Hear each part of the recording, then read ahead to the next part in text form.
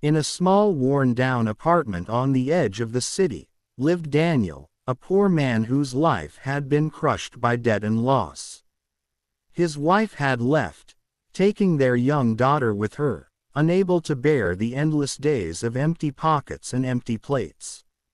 The only companion left in his life was Max, a loyal golden retriever he had rescued from the streets years ago. Every night, Daniel stared at the blinking lights of the stock market on his old laptop, wondering if life would ever change. He had no money to invest, no hope to dream, until the day Max started acting strangely. One cold morning, Daniel sat staring at a stock chart, ready to give up.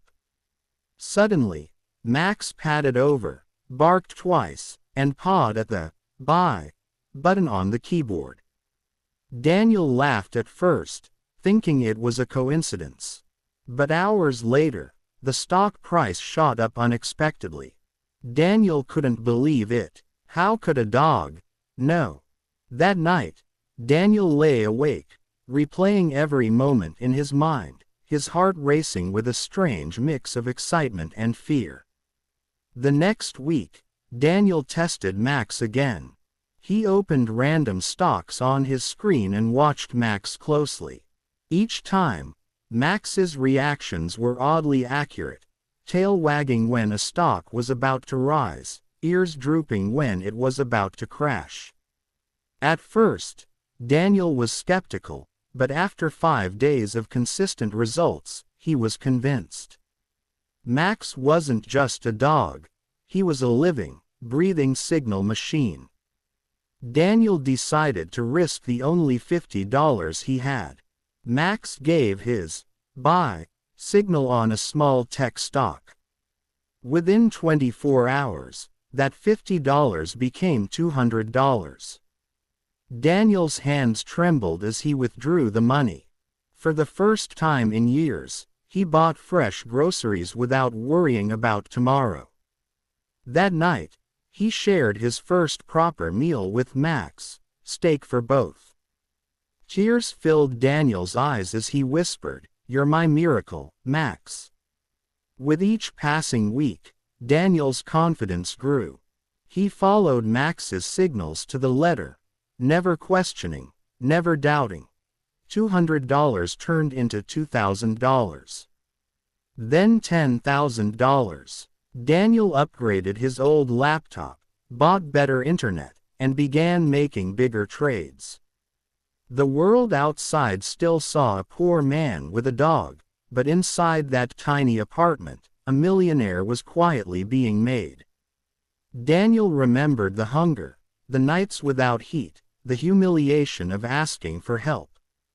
So, when his earnings crossed $100,000, he didn't buy a sports car or a big house. Instead, he started helping others, paying off neighbors' rents, buying school supplies for children, and donating anonymously to shelters. Every time he gave, Max would wag his tail like he knew they were making a difference. Word of Daniel's sudden fortune began to spread. Old friends reached out, some curious, others jealous. A journalist even tried to uncover his secret strategy. But Daniel never revealed the truth. Max's gift was too precious, and too unbelievable, to share with the world. Still, deep inside, Daniel hoped his wife might hear of his success and believe in him again. One fateful day, the market faced a massive crash. Panic spread everywhere. People lost fortunes overnight. Daniel stared at the red charts, fear gripping him. But Max calmly walked to the laptop, pawed the buy button, and sat down. Daniel hesitated. This went against every trading rule. But he trusted Max. The next morning, the market rebounded like never before, and Daniel made more money in a single day than in the entire last year. Weeks later, Daniel's doorbell rang. Standing there was his wife, holding their daughter's hand. She had heard of his transformation. not just financially, but in heart. She saw how he was helping others, how the man she once loved had returned. Tears streamed down Daniel's face as his daughter ran into his arms. Max barked happily, circling them as if he had been waiting for this moment. All along, Daniel and his family moved into a modest but warm home.